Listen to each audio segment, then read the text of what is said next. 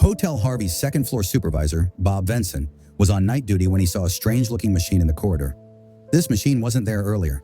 The floor was dedicated to employees, and at this late hour, seeing this strange machine made the supervisor feel something was off.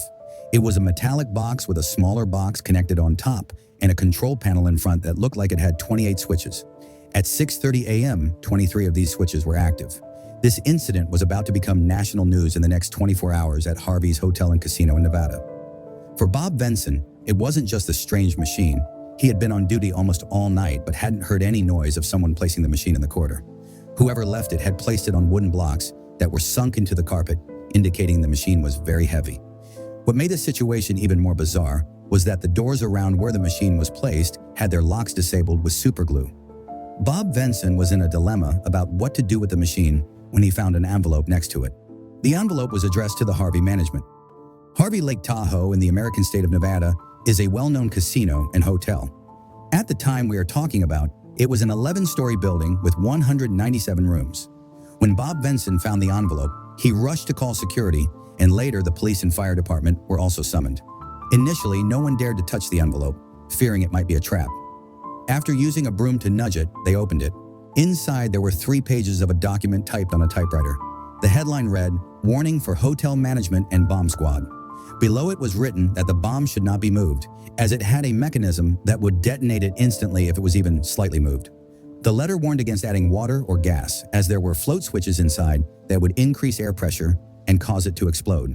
The screws on top were connected to triggers, so even turning them slightly would detonate the bomb.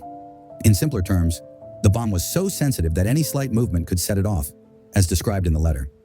At that time, there were 600 guests sleeping in their rooms. The police evacuated the hotel and asked everyone to move to the parking lot. Then, the bomb squad was called in. They carefully examined the machine, which was about half-an-inch thick steel sheet welded together. The areas with imperfections were smoothed out with body putty, similar to what is used on car bodies. Bubble levels were installed on all sides of the box, likely to keep it perfectly level. The letter claimed that the bomb could not be defused and that its creator couldn't do it either. It had automatic timers that could be activated within the next 24 hours only if the management followed the instructions. Law enforcement agencies decided not to take any risks that might detonate the bomb. They searched for fingerprints but found none.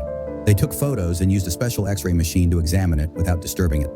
While waiting for the X-ray results, they used a stethoscope to listen to the box and heard something moving inside. The letter claimed there was TNT inside, but it didn't specify how much. It warned that if the bomb exploded, it would damage the casino across the road. The police evacuated nearby buildings and shut off the hotel's gas pipeline.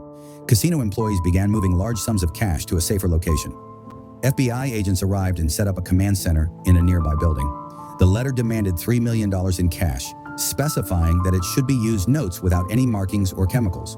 It warned against any trickery, stating that if the demands weren't met within 24 hours, the automatic timers would detonate the bomb. However, it didn't specify how to deliver the money or to whom.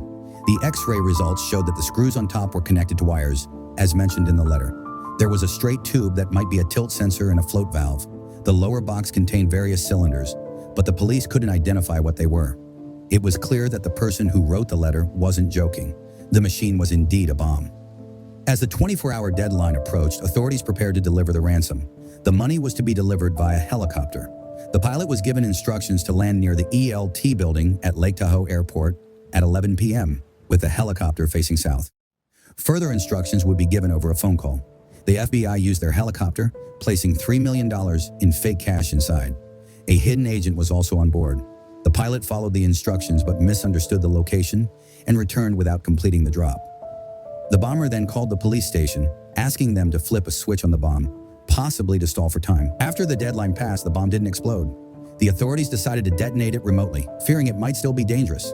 The blast revealed dynamite, not TNT as claimed. The bomber was identified as John Burgess, a man who had lost his savings at the casino. He and his sons were involved in the plot, aiming to steal the helicopter and ransom money. Burgess was sentenced to 20 years in prison and died in 1996.